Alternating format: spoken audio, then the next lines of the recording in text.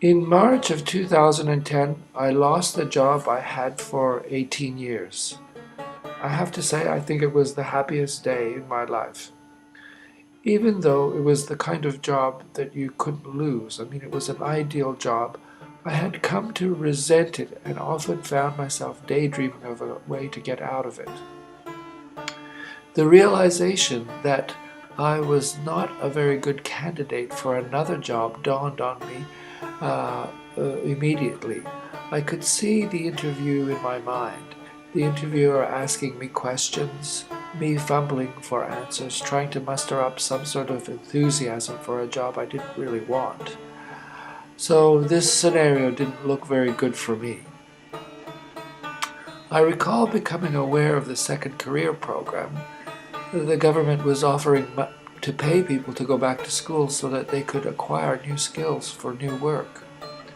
As an artist, I had always been keenly aware of the prevalence of injustice in our society, and that there were jobs in the social sector that were geared to the amelioration of social inequality.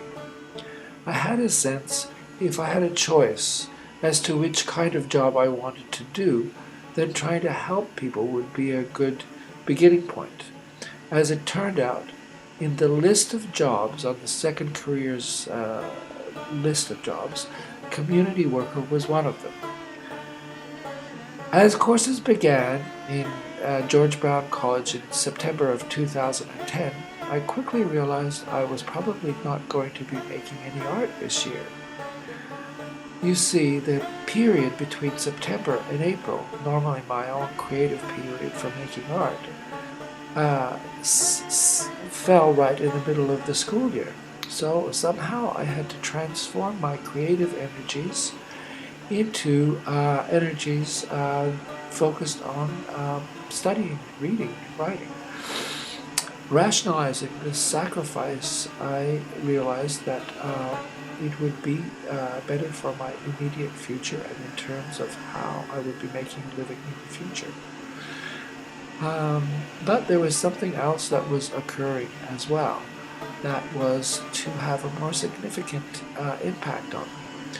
And that was that I enjoyed studying. I enjoyed reading, even though I had only a grade 9 level education prior to returning to school. I really enjoyed writing, and ultimately it was the writing that proved to be the most rewarding, and personally and academically.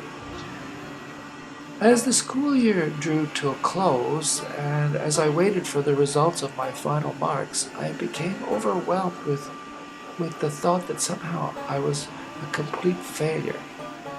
Even when the marks, which were all very good, came rolling in, I could not shake the sense of doom and dread that the whole prospect of schooling at this age in my life had engendered. Memories of failure lingered from high school days. I was on the dean's list and I felt like a complete failure. A kind of paralysis and paranoia set in. A fear of being discovered as a fraud filled my very being. Social interactions became intimidating. Often I would have plans to attend some event only to return not having got past the first corner. Traumatized by self-doubt, I wallowed for months in a state of extreme depression, and then, as mysteriously as it had appeared, the depression lifted. Re-emerging from the depression, I was compelled to rethink my sense of myself. Who was I that I could so easily lose faith in life? I had to mark this event in some sort of concrete way, something that would be a constant reminder of this profound disturbance.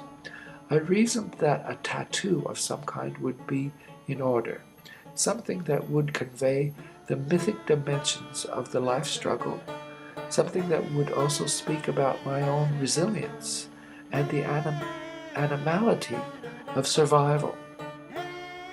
In the Orthodox tradition that I was brought up in, my family's patron saint was a dragon slayer. It seemed fitting then that the dragon would be my symbol of renewal. Just before September 2011, I had 2 dragons tattooed, one on each forearm. I kind of like the symmetry of twin dragons, and these dragons would be perpetual reminders for me of the intrinsic power we all carry to make ourselves, to learn new things, to meet new challenges, and to overcome old fears.